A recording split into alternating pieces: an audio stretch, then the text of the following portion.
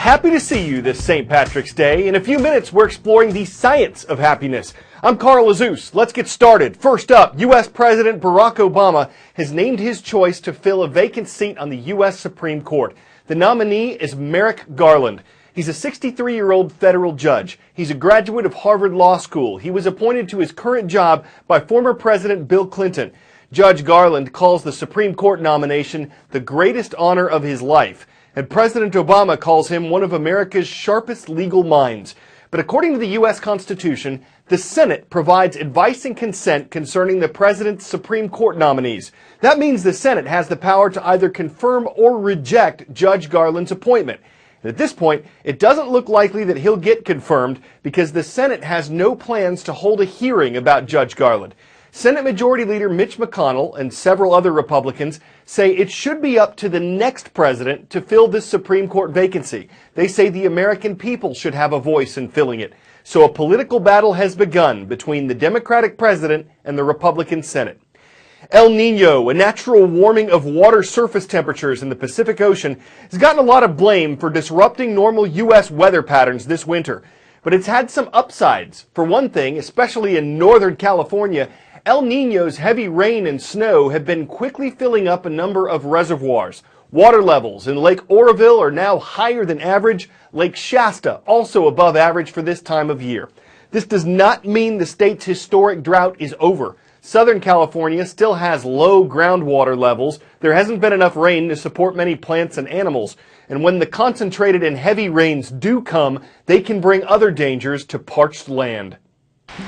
From Northern California, where buildings teeter on the edge, to Southern California, where high winds have turned deadly, El Nino is definitely here, and it's strong. El Nino is an unusual warming in the equatorial eastern Pacific. It's 2.5 times the size of the continental United States. That warm Pacific water has brought unusual sea life to California. It's also the catalyst for El Nino rainstorms. This reservoir north of San Francisco tells the story. It's at full capacity for the first time in about a year, the overflow feeding down into creeks and streams. That's great for the fish population and the river otters that live here. So these are relatively small reservoirs, so we have between a 2 and maybe 3-year supply of water. Much less than the 4.5 million acre-feet at Shasta Lake, the largest reservoir in California. With all the rain, it's now more than 75% full, and it may not be done, because this El Nino is expected to behave like the one in 1998. It's eerie how they've replicated each other. NASA's Bill Patzert says that's why he thinks the most rain will come late in the season. Whoa! Just as it did 18 years ago. So many here are literally on edge. For residents in Southern California, the issue is mudslides, especially in areas scorched by wildfire. When those great storms start rampaging and dropping copious amounts of water, they'll rush out of the arroyos into the foothills, and remember, everything below that is a floodplain. But don't expect all that rain to bust the epic drought here. LA County captures some groundwater, but the fact is most of it is lost, running out into the Pacific Ocean. It will take more than a decade of above normal snowpack and rainfall to get us out of this drought.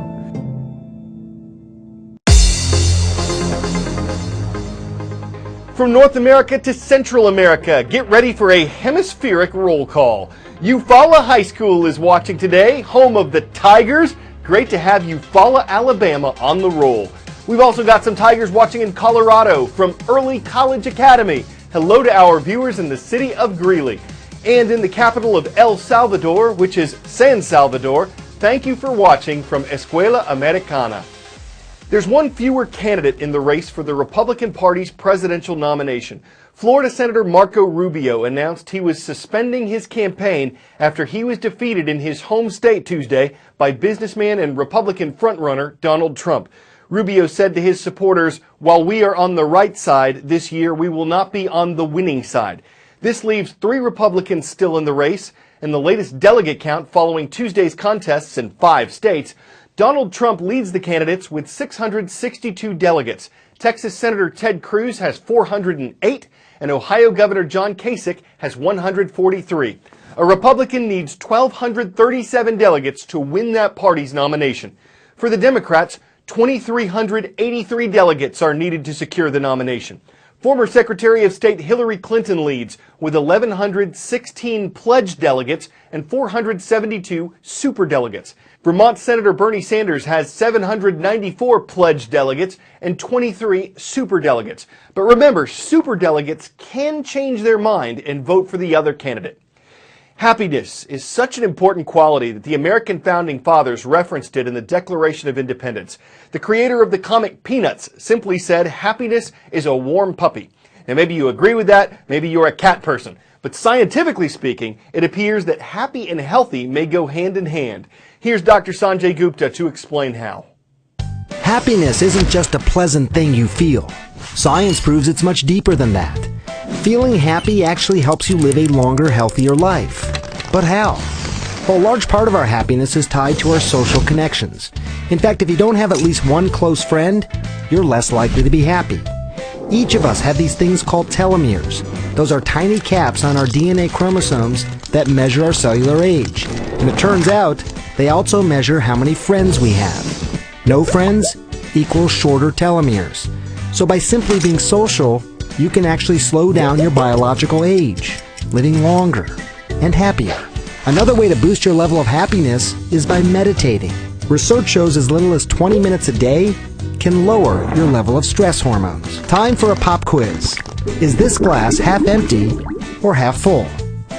If you said half full, you're on your way to feeling happier and healthier. A Harvard study found that optimists are 50% less likely to have heart disease, a heart attack, or a stroke. Keeping an overall optimistic attitude actually offers protection against cardiovascular disease. Science doesn't fare as well for pessimists. They not only have lower levels of happiness compared to optimists, but research shows that people with negative thoughts are 3 times as likely to develop health problems as they age. So what do you do if you're not a naturally happy person? Well, experts say the key is to act as though you're an optimist, even if you're not.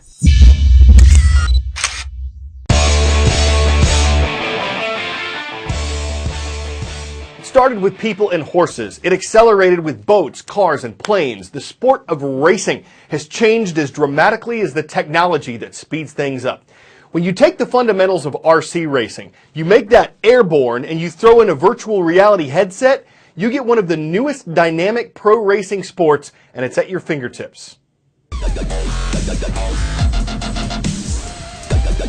In parks, garages, and almost any open place around the world, a new sport is emerging at breakneck speed. This is professional drone racing. It can be so nerve-wracking that my entire body starts shaking. When I look through here, I can see the image coming straight from the quadcopter with the small camera on the bottom. This is essentially the next F1 meets X Games. Races can top speeds of up to 80 miles per hour.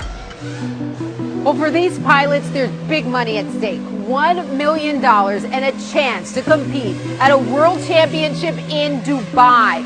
The qualifying starts right on this track, a 150-meter track built to look like the set of Tron. It's almost time to fly. By day, Ken Liu is a design engineer at Google. In his free time, he's known as Flying Bear. Racing drones has become his obsession. Most importantly, it's about having steady thumbs and being calm under pressure. So it's all about the thumbs. It's really all about the thumbs. So whether you give that a thumbs up or a thumbs down, for those on whom the sport leaves an imprint, maybe it's hard to put their finger on or hard to nail down, but it's certainly something special. I'm Carl Azuz, and I love to drone on with puns.